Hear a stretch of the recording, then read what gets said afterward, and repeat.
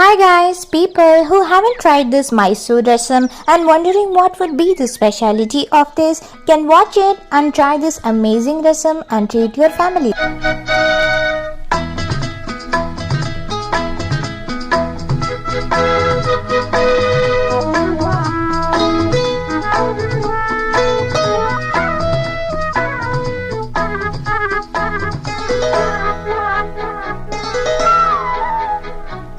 Hey ho, la la la.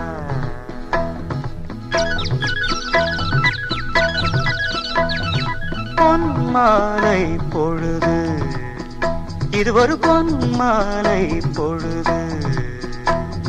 வானமகள் நாணுகிறாள், வேறு உடை பூணுகிறாள். இது ஒரு பொன்மாலை பொழுது.